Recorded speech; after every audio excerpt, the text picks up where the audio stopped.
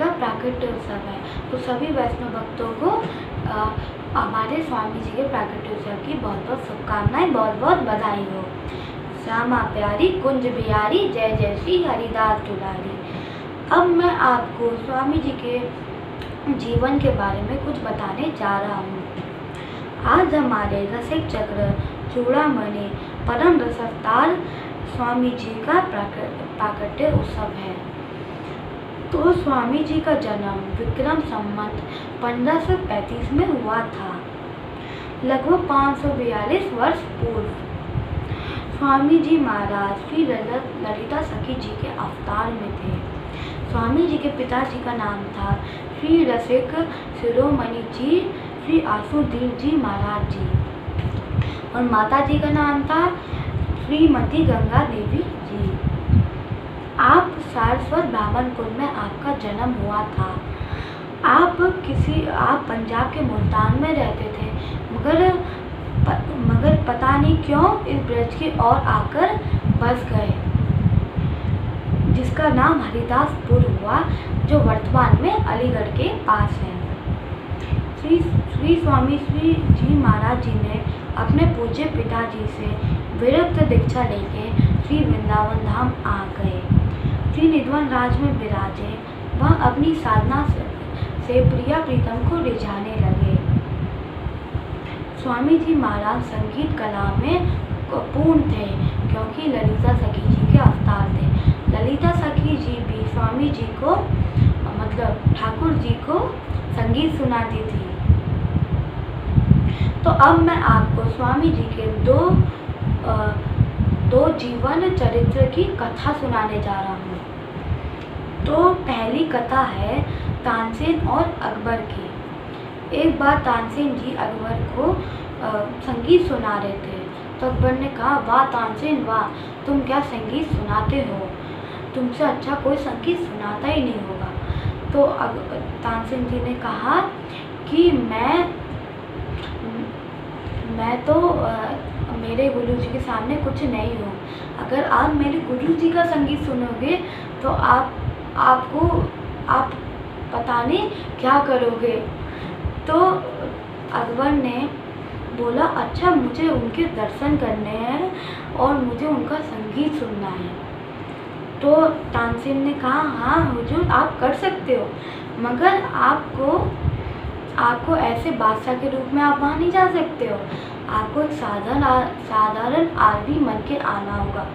तो अकबर मान गए और तानसेन जी की वीणा उठाकर वापस वृंदावन धाम आ गए। वहाँ पे तानसेन जी ने अकबर से रास्ते में कह दिया था कि आप बाहर रुकना, मैं अंदर जाऊँगा। तो अकबर मान गए और जब तानसेन जी कुटिया में पहुँचे, अकबर बाहर रुके और तानसेन जी अंदर गए। तानसेन जी जब अंदर गए तो उन्होंने सबसे पहले स्वामी जी को प्रणाम करा। फिर स्वामी जी ने आज्ञा दी कि तानसेन तुम अब ठाकुर जी को थोड़ा संगीत सुनाओ। तो तानसेन जी ने जानबूझ के गलती करी, जिससे स्वामी जी ने बोला, ऐसे नहीं, अब मैं सुनाता हूँ। तो जब स्वामी जी मल्लार राग गाए तो बादल गरजने लगे और बारिश भी होने लगी। अकबर ये सब देख के चौंक गया।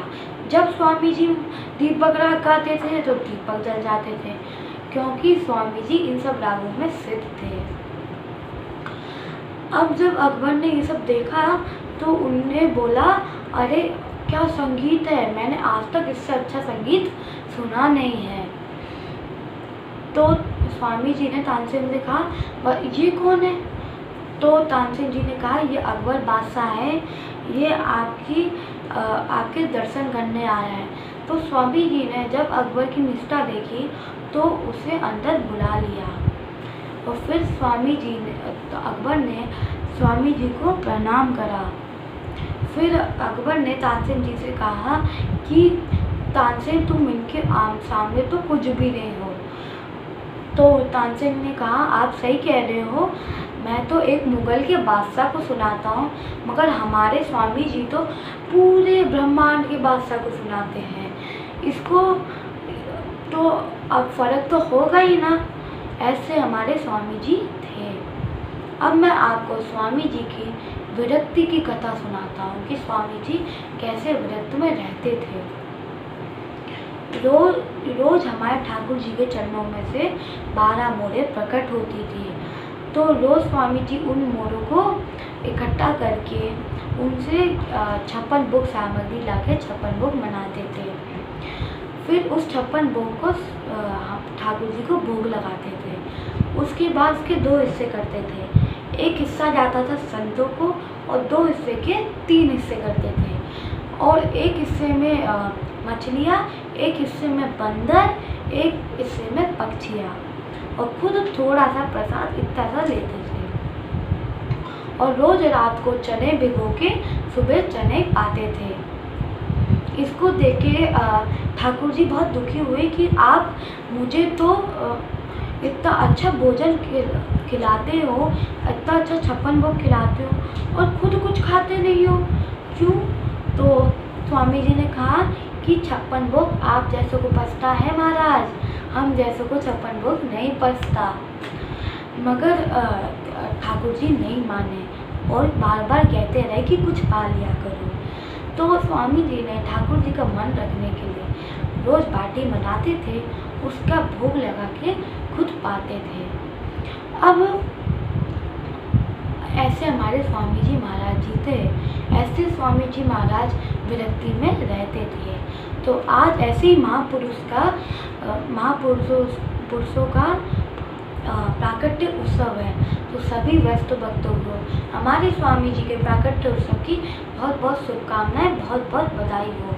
जय श्री कृष्णा, जय श्री राधे, जय जय श्री राधे।